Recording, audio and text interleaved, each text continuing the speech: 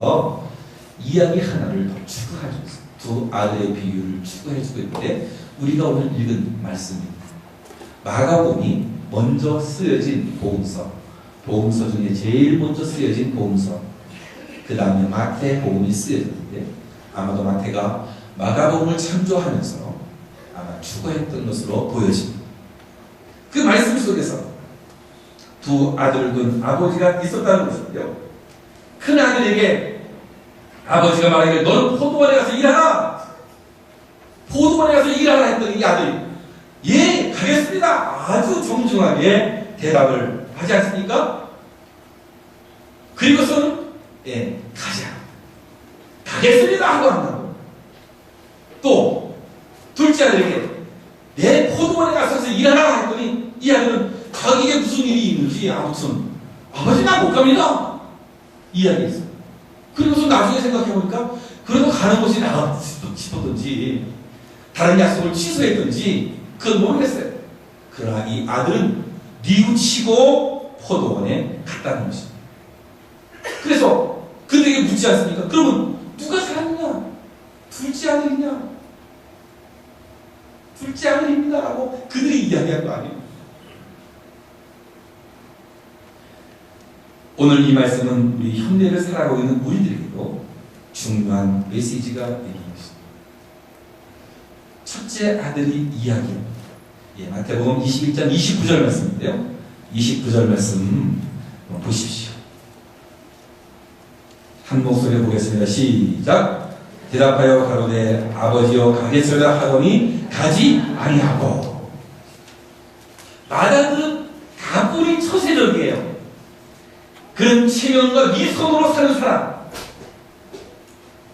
아버지가 포도원에 가서 일하라 할 때에 아버지의 심기를 불편하게 들이지 아니하면 네 하겠습니다 아주 공손하게 대답해. 굉장히 처세적 순종하는 것 같았지만 그러나 순종하지 않았어요. 겉으로는 순종하는 좋은 마다들처럼 보여지만 실상은 아버지의 명령을 거역하고 말았던 것이, 어떻게 보면 처음부터 순종할 마음이 없었던 것일 수도 있어요.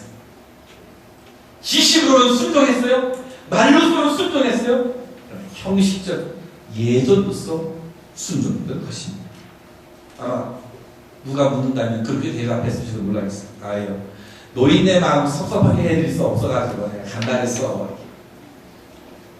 혹시 여러분 그러지 않아요? 아예 노인네 마음 섭섭할까봐 예?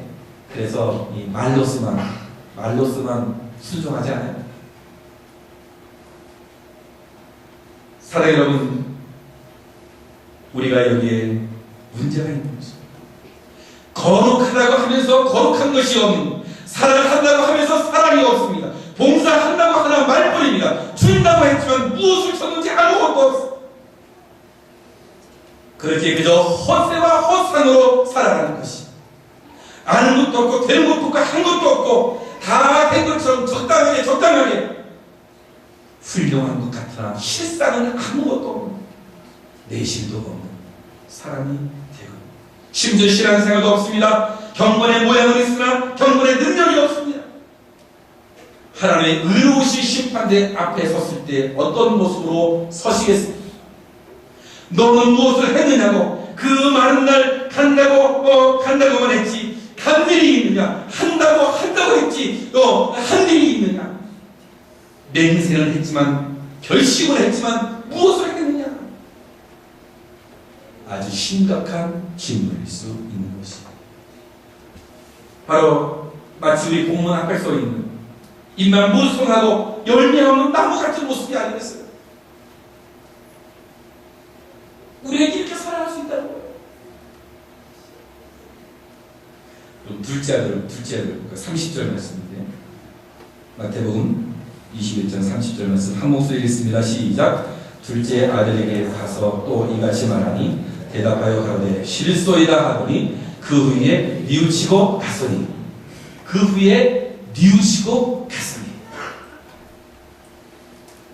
이 둘째 아들은 아주 정직한 사람, 솔직한 사람, 자기가 이익이 있기 때문에 못 간다고 했어요. 근데 아무리 이렇게 생각해보니까 그래도 안 가는 것도 아버지한테 할 짓도 아닌 것 같고, 생각해보니까 가는 게 좋을 것 같아서 아마 갔던 것 같아요. 꼭 나 같은 사람 같습니다. 이거보다는 셋째 아들이 있었으면 예 가겠습니다 하고 정말로 간 사람이 있었다면 얼마나 좋았겠어요. 사랑이 여러분, 과연 우리는 어떻게 살고 있느냐. 이 둘째 아들은 뒤에 뉘우치고 갔습니다. 뉘우쳤다, 회개했다. 오늘 성경 말씀 총주제요 핵심이 뉘우침. 뉘우침이 있느냐 없느냐 굉장히 중요하다는 거죠. 뉘우치다는 말은 이 생각의 발성을 전하는, 생각을 바꾸는 거예요. 못 가겠다 했어야 하겠다고 하는 거예요. 그러나 그는 뉘우쳤어. 못 가겠다, 안 가겠다 했지만 그는 뉘우치고 이제 가겠다는 거예요. 지금까지 내가 옳았지만 아니다, 내가 옳지 않다, 아버지가 옳아. 이제는 나만 생각했지만 이제 나만 생각하는 것이 아니라 아버지 생각을 하는, 아버지 뜻을 생각하지, 내 뜻이 아니라 아버지 뜻을 생각하는, 내 중심이 아니라 아버지 중심으로 가는 생각을 바꾸니까 세상이 달라져요. 생각을 바꾸면 아무것도 안 돼요. 오늘 이 둘째 아들 안 간다고, 안 갈 또 이유가 분명히 있었어. 그러나 그것은 내 생각이었어. 아버지 뜻이 그것이 아니었어요. 그래서 이 아들은 뉘우치고 갔어요. 뒤에 뉘우치고 갔다. 얼마나 아름다운. 여러분, 우리의 삶도 이런 뉘우침이 있습니까? 이런 뉘우침이 있어야 되는 것이죠. 얼마나 생각을 바꾸며 살아가고 있느냐, 발상의 전환을 이루고 있느냐, 내 뜻에서 하나님의 뜻으로, 내 생각에서 하나님의 생각으로 바꾸어 가고 있느냐. 신앙이라는 그거예요. 바꾸고 새로워지고 뉘우치고 변화하는 거죠. 이게 바로 신앙이에요. 우리가 중요하게 좀 더 붙잡아야 할 것이 뭐냐, 바로 하나님의 뜻은 반드시 이루어진다. 저와 여러분 뜻이 이루어지는 것이 아니라, 우리의 욕심이 이루어지는 것이 아니라 하나님의 뜻은 반드시 이루어진다. 대제사장 서기관 장로들은 뭐예요? 자기 뜻은 반드시 이루어져야 합니다. 첫째 아들과 같지 않아요? 첫째 아들, 너 모양은 있어, 간다고 해. 내 실상은 아무것도 없어. 변하지 않는 사람, 뉘우침이 없는 사람. 둘째 아들처럼 세리나 창기들은 처음엔 안 가겠다고 해. 처음에 잘못돼, 실수해. 그러나 그 다음에 뉘우치고 본질을 찾아가는 모습, 얼마나 보기가 좋나요? 대제사장이나 서기거나 장로들 회개할 존재로 생각하지 않았어요. 변화할 존재로 생각하지 않았어요. 나는 잘한다, 나는 뭐 바뀔 것도 없어, 회개할 것도 없어. 바뀌면 다른 사람이 바뀌어야지. 회개하는 것도 다른 사람이 할 것이지 나는 아니, 나는 잘하고 있어. 본인들은 잘한다고 생각합니다. 우리는 어떻느냐, 수십 년 신앙생활하고 신앙의 연륜이 있다 하고 나는